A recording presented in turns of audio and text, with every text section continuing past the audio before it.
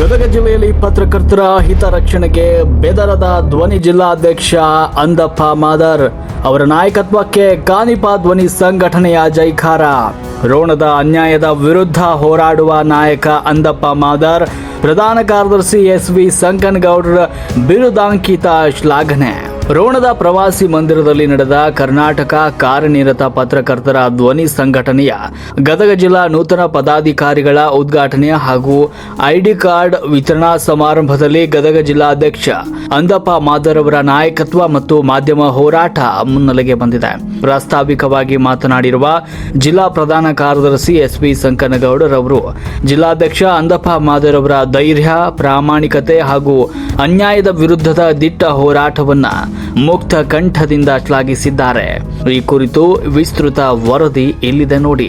ರೋಣದ ಪ್ರವಾಸಿ ಮಂದಿರದಲ್ಲಿ ನಡೆದ ಬೃಹತ್ ಸಮಾರಂಭದಲ್ಲಿ ಪ್ರಾಸ್ತಾವಿಕವಾಗಿ ಮಾತನಾಡಿದ ಜಿಲ್ಲಾ ಪ್ರಧಾನ ಕಾರ್ಯದರ್ಶಿ ಎಸ್.ವಿ. ಸಂಕನಗೌಡರವರು, ಗದಗ ಜಿಲ್ಲಾಧ್ಯಕ್ಷರಾಗಿ ಸರ್ವಾನುಮತದಿಂದ ಆಯ್ಕೆಯಾಗಿರುವ ಅಂದಪ್ಪ ಮಾದರ್ ಅವರ ನಾಯಕತ್ವದ ಗುಣಗಳನ್ನು ಕೊಂಡಾಡಿದರು. ರೋಣ ತಾಲೂಕು ಹಾಗೂ ಗದಗ ಜಿಲ್ಲೆಯಲ್ಲಿ ಯಾವುದೇ ಇಲಾಖೆಯ ಭ್ರಷ್ಟಾಚಾರ ಅಥವಾ ಅನ್ಯಾಯ ನಡೆದರೆ ಅದನ್ನು ಎಳೆ ಎಳೆಯಾಗಿ ಹೊರತಂದು ಬೆಂಕಿಯಂತೆ ಸತ್ಯ ಸಂಗತಿಯನ್ನ ಪ್ರಸ್ತಾಪಿಸುವ ಏಕೈಕ ಮಾಧ್ಯಮ ಕ್ರಾಂತಿಕಾರಿ ನಾಯಕ ಅಂದಪ್ಪ ಮಾದರ್ ಅಂತ ಬಣ್ಣಿಸಿದ್ರು. ವಿವಿಧ ಇಲಾಖೆಗಳಲ್ಲಿ ನಡೆಯುವ ಅಕ್ರಮಗಳನ್ನ ರಾಷ್ಟ್ರ ಕ್ರಾಂತಿ ನ್ಯೂಸ್ ಚಾನೆಲ್ ಹಾಗೂ ವಿಶ್ವ ದರ್ಶನ ಪತ್ರಿಕೆಯ ಮೂಲಕ ರೋಣದ ಜನತೆಗೆ ತಲುಪಿಸುವಲ್ಲಿ ಅಂದಪ್ಪ ಮಾದರ್ ಅವರ ಪಾತ್ರ ಹಿರಿದಾಗಿದೆ. ಗೂಂಡಾಗಿರಿ, ಬೆದರಿಕೆ ಹಾಗೂ ತೊಂದರೆಗಳಿಗೆ ಹೆದರದೆ ಪತ್ರಕರ್ತರ ಪರವಾಗಿ ಗಟ್ಟಿಯಾಗಿ ನಿಲ್ಲುವ ಅಧ್ಯಕ್ಷರನ್ನ ಪಡೆದಿರುವುದು ನಮ್ಮ ಸಂಘಟನೆಯ ಭಾಗ್ಯ ಅಂತ ಸಂಕನಗೌಡರು ಅಭಿಪ್ರಾಯ ವ್ಯಕ್ತಪಡಿಸಿದರು. ವಿಷಯವನ್ನ ಪ್ರಸ್ತಾಪ ಮಾಡತಕ್ಕಂತ ಏಕೈಕ ಒಂದು ಮಾಧ್ಯಮ ರಾಷ್ಟ್ರ ಕ್ರಾಂತಿ ಜೊತೆಗೆ ವಿಶ್ವ ದರ್ಶನ ಪತ್ರಿಕೆಯ ಗದಗ ಜಿಲ್ಲಾ ರಿಪೋರ್ಟರ್ ಯಾರಪ್ಪ ಅಂತಂದ್ರೆ ಅವರೇ ನಮ್ಮ ಅಧ್ಯಕ್ಷರಾಗಿರ್ತಕ್ಕಂಥ ಶ್ರೀ ಅಂದಪ್ಪ ಮಾದರ್ ಅವರು. ಯಾಕಂತಂದ್ರೆ ಹಲವಾರು ಒಂದು ನಾವು ಇಲಾಖೆಗಳು ನೋಡ್ತೇವೆ, ಅನೇಕ ರೀತಿಯ ಭ್ರಷ್ಟಾಚಾರಗಳನ್ನ ನಾವು ನೋಡ್ತೇವೆ. ಅವೆಲ್ಲವುಗಳನ್ನ ಪಿನ್ ಟು ಪಿನ್ ಆಗಿ ಎಳೆ ಎಳೆಯಾಗಿ ಅದನ್ನ ರೋಣದೊಳಗೆ ಏನಪ್ಪಾ ಅಂತಂದ್ರೆ ಕಾರ್ಯರೂಪಕ್ಕೆ ಮತ್ತು ಬೆಳಕಿಗೆ ತರ್ತಕ್ಕಂಥ ಏಕೈಕ ಮಾಧ್ಯಮ ಯಾವುದು ಅಂದ್ರೆ ಅದು ನಮ್ಮ ರಾಷ್ಟ್ರ ಕ್ರಾಂತಿ ಚಾನಲ್, ಜೊತೆಗೇನಪ್ಪಾ ಅಂತಂದ್ರೆ ವಿಶ್ವ ದರ್ಶನ ಪತ್ರಿಕೆ. ಯಾಕಂತಂದ್ರೆ ಎಲ್ಲಾ ರೀತಿಯ ಇಲಾಖೆಯೊಳಗೆ ನಡೀತಕ್ಕಂಥ ಘಟನೆಗಳನ್ನ ಚಾಚು ತಪ್ಪದೆ ಪ್ರಾಮಾಣಿಕವಾಗಿ ವಸ್ತುನಿಷ್ಠವಾಗಿ ಹೇಳ್ತಕ್ಕಂಥ ವ್ಯಕ್ತಿ ಯಾರಪ್ಪ ಅಂದ್ರೆ ನಮ್ಮ ಅಂದಪ್ಪ ಮಾದರ್ ಅವರು. ಅವರನ್ನೇ ನಾವು ಅಧ್ಯಕ್ಷರಾಗಿ ಪಡ್ಕೊಂಡಿದ್ದು ನಮ್ಮ ಸಂಘಟನೆ ಒಂದು ಸುದೈವ ಆಗ್ಲಿಕ್ಕೆ ಇಲ್ಲಿ ತಪ್ಪಾಗ್ಲಿಕ್ಕಿಲ್ಲ. ಜೊತೆಗೇನಪ್ಪಾ ಅಂದ್ರೆ ಈ ಒಂದು ಸದಸ್ಯರನ್ನ ಒಳಗೊಂಡ ನಮ್ಮ ಕುಟುಂಬ ಸುಂದರ ಕುಟುಂಬ. ಜೊತೆಗೇನಪ್ಪಾ ಅಂತಂದ್ರೆ ಈ ರೋಣದೊಳಗ ಅನೇಕರು ಏನಪ್ಪಾ ನಾವು ಯಾವುದೇ ಒಂದು ಕಾರ್ಯಕ್ರಮಕ್ಕೆ ಹೋದಾಗ ನಮ್ಮ ಒಂದು ಪತ್ರಕರ್ತರಿಗೆ ತೋರಿಸ್ತಕ್ಕಂಥ ಕೆಲವೊಂದು ರೀತಿಯ ಒಂದು ಸನ್ನಿವೇಶದಲ್ಲಿ ಆಗ್ತಕ್ಕಂಥ ಒಂದು ಘಟನೆಗಳನ್ನ ನಾವು ಮನಗಂಡು ನಾವು ಈ ಸಂಘಟನೆಯನ್ನ ನಮ್ಮ ಗದಗ ಡಿಸ್ಟಿಕ್ ಅಲ್ಲಿ ರೋಣ ಅಂದಪ್ಪ ಮಾದರ್ ಅವರ ನೇತೃತ್ವದಲ್ಲಿ ಗದಗ ಜಿಲ್ಲೆಯಲ್ಲಿ ಪ್ರತಿಯೊಬ್ಬ ಸಣ್ಣ ಹಾಗೂ ದೊಡ್ಡ ಪತ್ರಕರ್ತನ ಕ್ಷೇಮಕ್ಕೆ ಸಂಘಟನೆ ಕಟ್ಟುಬದ್ಧವಾಗಿದೆ. ರಾಜ್ಯ ಉಪಾಧ್ಯಕ್ಷರಾದ doctor S N. Patil, doctor S S. Patil ಅವರ ಬೆಂಬಲ ಮತ್ತು ಅಂದಪ್ಪ ಮಾದರ್ ಅವರ ದೃಢ ನಿರ್ಧಾರದಿಂದಾಗಿ ಗದಗ ಜಿಲ್ಲೆಯಲ್ಲಿ ಕಾನಿಪ ಧ್ವನಿ ಸಂಘಟನೆ ಬಲವಾದ ಶಕ್ತಿಯಾಗಿ ಹೊರಹೊಮ್ಮಿದೆ ಅಂತ ತಿಳಿಸಿದರು.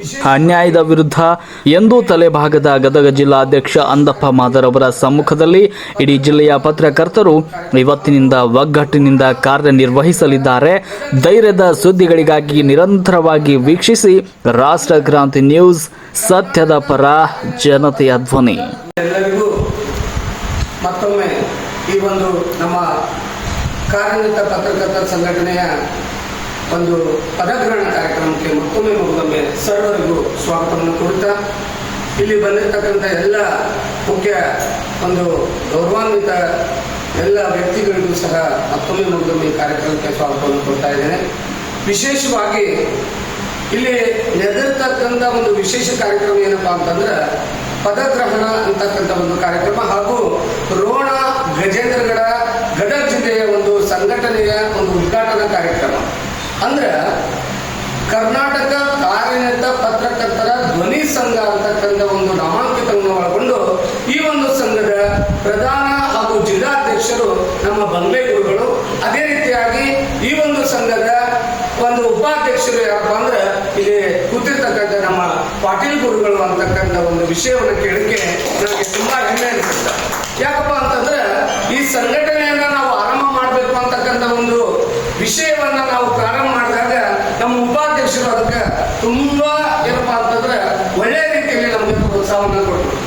ಆ ಒಂದು ವಿಷಯವನ್ನ ನಾವಿಲ್ಲಿ ಸ್ಮರಣೆ ಮಾಡಬೇಕು.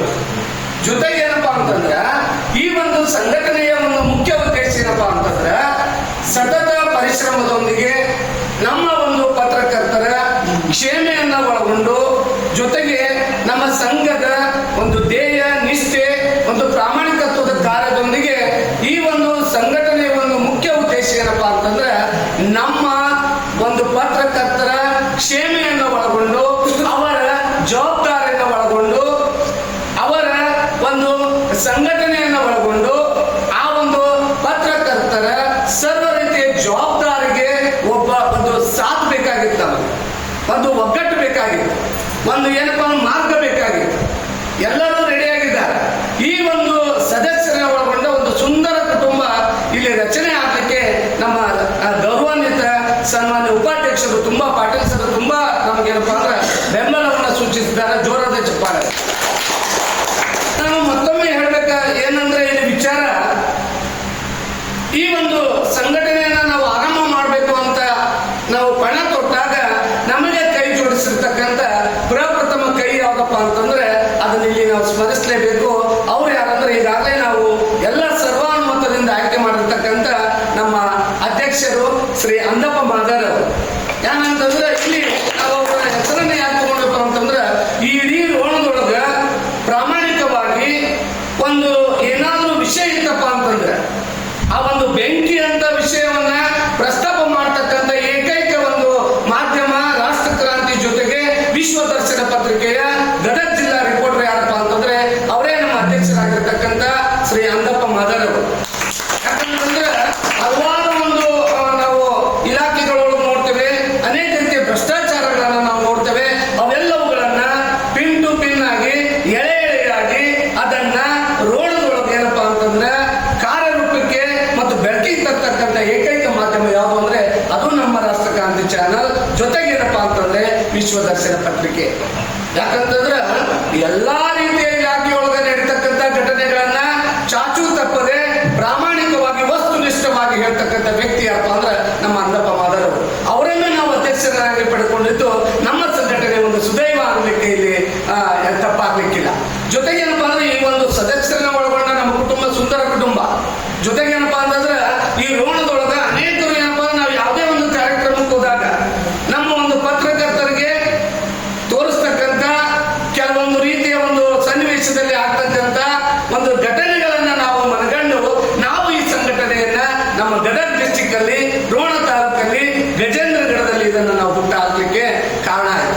ಯಾಕಂದ್ರೆ ಹಲವಾರು ಪತ್ರಿಕಾ ಮಾಧ್ಯಮದವರನ್ನು ನಾವು ನೋಡ್ತೇವೆ, ಬಟ್ ವಸ್ತುನಿಷ್ಠ ಮಾದರಿಯಾಗಿ ಮಾಡ್ತಕ್ಕಂಥ ಏಕೈಕ ಒಂದು ಸಂಘಟನೆ ಯಾವುದು ಅಂದ್ರೆ ಅದು ನಮ್ಮ ಕಾರ್ಯನಿರತ ಪತ್ರಕರ್ತರ ಧ್ವನಿ ಸಂಘಟನೆ ಆಗ್ಲಿಕ್ಕೆ ನಮ್ಗೆ ತುಂಬಾ ಹೆಮ್ಮೆ ಅನಿಸುತ್ತೆ. ಯಾಕಂದ್ರೆ ಅಲ್ಲಿ ಹೆಸರೇ ನೋಡ್ರಿ, ಹೆಸರು ಏನಪ್ಪಾ ಅಂತಂದ್ರೆ ಕಾರ್ಯನಿರತ ಪತ್ರಕರ್ತರ ಧ್ವನಿ. ಧ್ವನಿ ಅಂದ್ರೆ ಶಬ್ದ. ಯಾವ ಶಬ್ದ?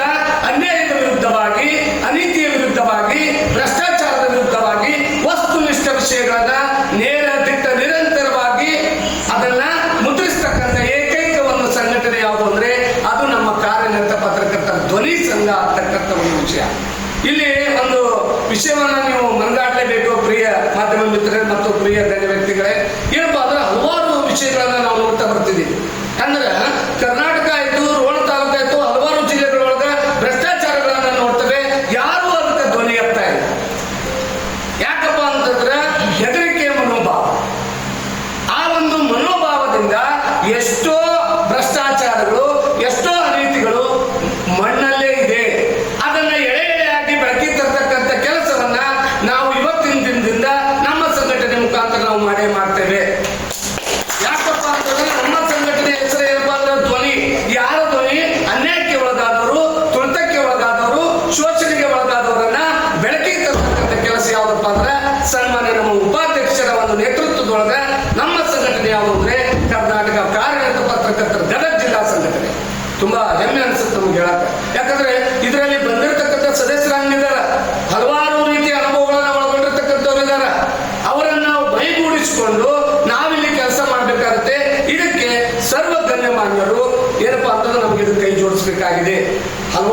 ಒಳಗ ಎಷ್ಟೋ ಏನಪ್ಪಾ ಅಂದ್ರೆ ನಮ್ಮ ಕನಕಪ್ಪ ಅವರಾಗಿರ್ಬೋದು, ನಮ್ಮ ಅಂದಪ್ಪ ಅವರಾಗಿರ್ಬೋದು, ಎಷ್ಟೋ ನೋವುಗಳನ್ನು ಹೊಂದಿದಾರ.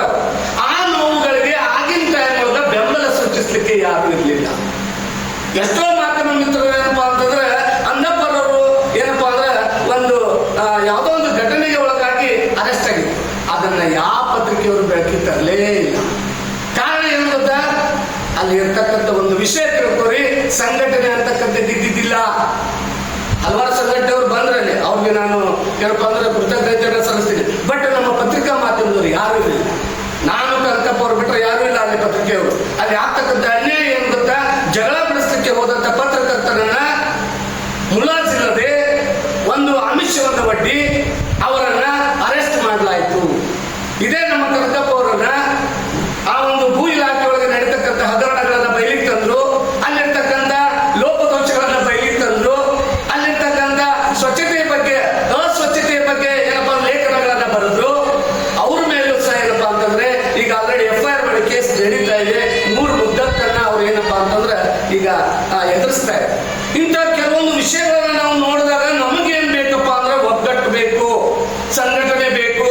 ಅಲ್ಲಿ ಅನ್ಯಾಯಕ್ಕೆ ಒಳಗಾದ ವ್ಯಕ್ತಿಗೆ ನಾವು ನೀವೆಲ್ಲ ಕೂಡಿ ಬೆಂಬಲವನ್ನ ಸೂಚಿಸಬೇಕು. ಅದು ಬೇಕಪ್ಪ ಅಂತಂದ್ರೆ ಒಬ್ಬರಿಂದ ಸಾಧ್ಯ ಇಲ್ಲ.